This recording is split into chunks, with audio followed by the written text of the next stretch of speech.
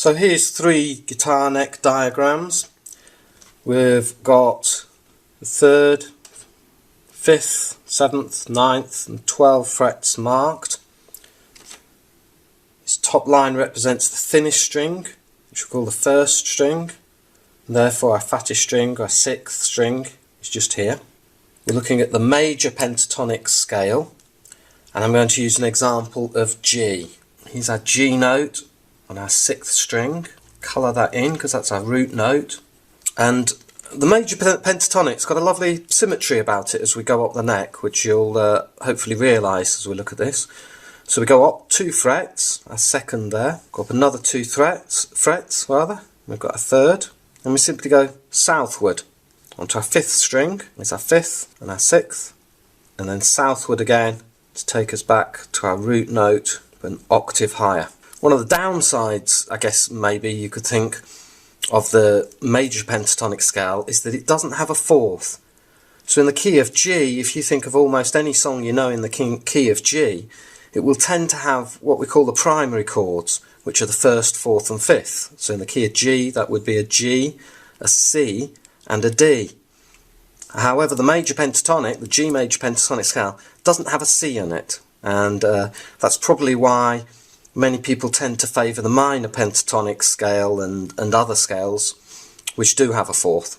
Anyway, let's give you a quick lick, a quick example lick using that position.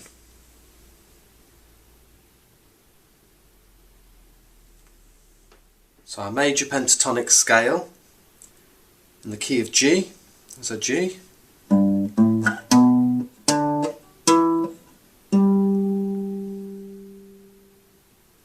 So here's a lick for you.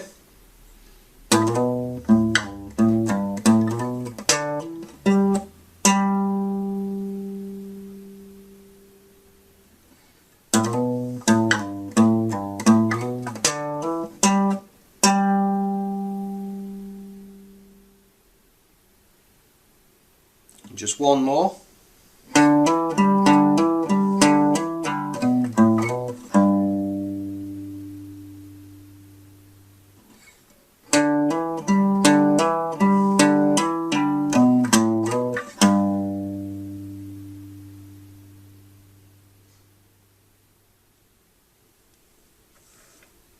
So I mentioned the symmetry of this. You need to remember 2 things really. The pattern of up 2 frets, southward and then southward again. And the other thing for you to remember is that often when we go from the 3rd to the 2nd or the 2nd to the 3rd string on a guitar, the relationships tend to shift slightly. So when we're moving from the 3rd to the 2nd string, we often need to go up or down a fret. Let's look at this pattern as it continues up for 3 octaves. Just as here, I went up 2, then up 2, southward, same frets. And then for our final note, because we're moving from the 3rd to the 2nd, we're just shifting up 1 fret. We then have exactly the same as the first time, 2 frets southward. And hopefully you realise that the top and bottom string are both tuned to an E, so whatever works on one string will work on the other with our thickest and thinnest strings, and therefore this note is also here, which an octave higher gives us that. So this is a lovely symmetrical run that's quite easy to learn and follow, and goes across 3 octaves covering full 12 frets of the neck, and that's the lovely thing about this run.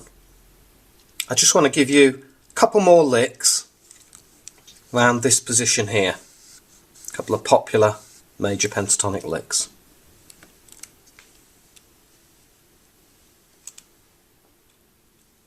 So we've effectively got a major pentatonic run that goes across full 12 necks. So in the key of G we're going from the 3rd fret right up to the 15th, and we're covering 3 octaves.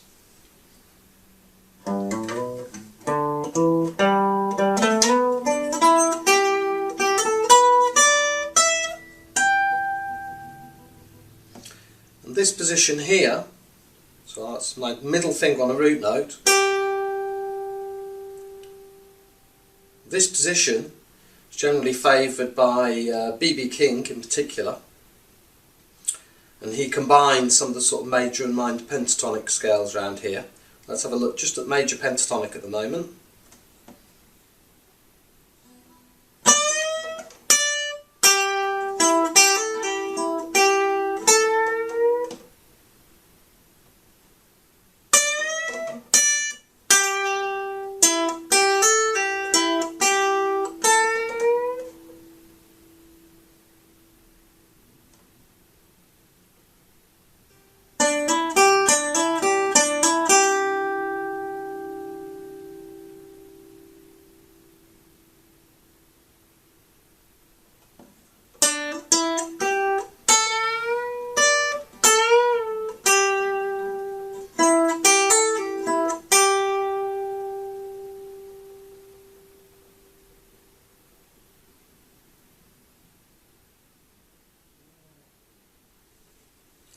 So with this pattern we can take any G on our neck and follow it. So on the 5th string we have a G at the 10th fret. So let's draw in our major pentatonic, G major pentatonic scale from here. And as I've mentioned on other videos, if you take any note on the 6th or 5th string, 2 frets, 2 strings up, and we've got the same note again but an octave higher.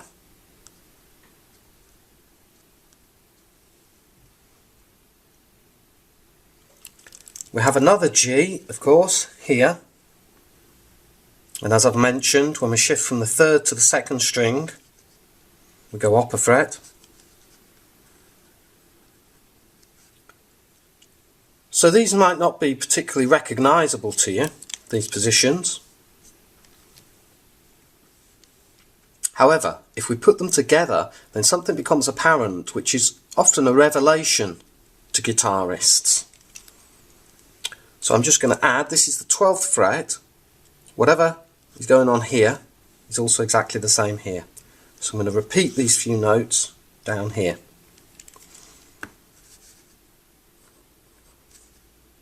We know that we have this note here, it's a G. We have these 2 notes here, which are repeated an octave lower here. Whatever's going on the 1st and 6th string are the same. So that's a root.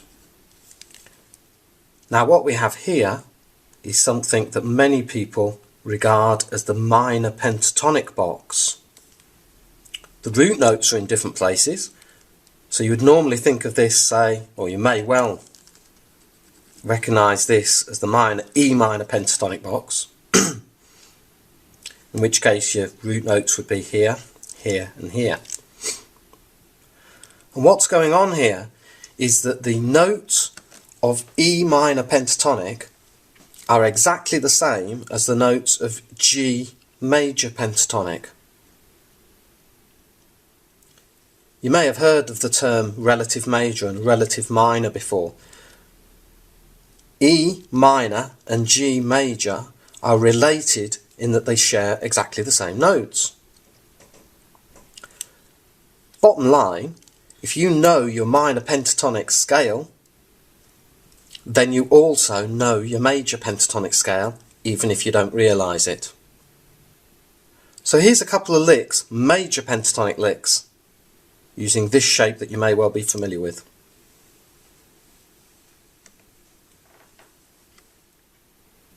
So every major pentatonic shares the same note as a minor pentatonic, and the key thing you need to remember is simply 3 frets. So that's the musical distance between the major pentatonic and the minor pentatonic that share the same notes. So G major pentatonic going up the neck from here,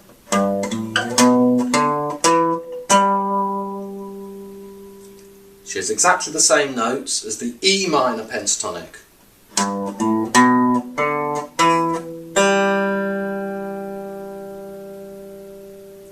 So whereas the E minor pentatonic, I'd be playing like this.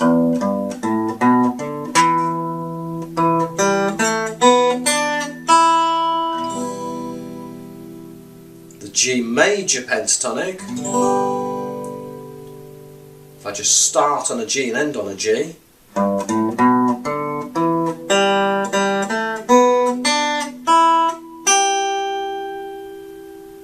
same notes. So a country music player would maybe tend to play a lick like this.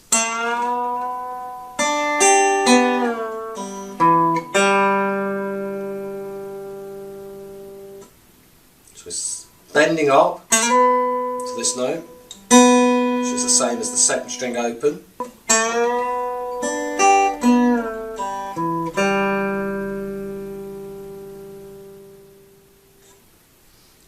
As a blues player, I tend to play the same sort of licks that I would play, I must confess, as in E minor.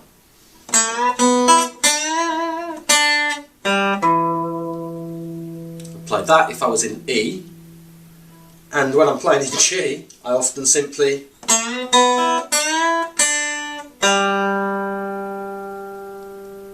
maybe stop on the G, or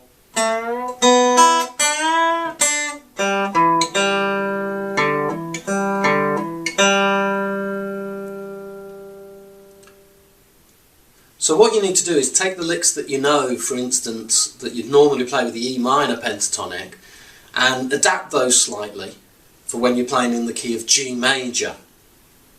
Every note has a different meaning. So in the key of E minor, that's my root, that's my flattened third, that's my minor third. Whereas in the key of, that would be my fifth in the key of E. So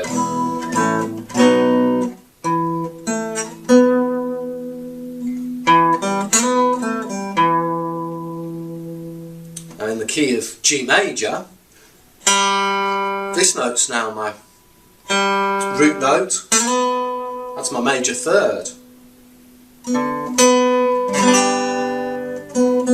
It's a note that makes the G major a G major, as opposed to a G minor. So every note has a different meaning, but they're in the same place. If you know your E minor pentatonic across your entire neck, which hopefully you will do if you've watched my series on the minor pentatonic and blues scales, then actually you know the G major pentatonic across the entire neck as well. So that's a crucial piece of understanding for you, and I hope that's helped. Cheers now.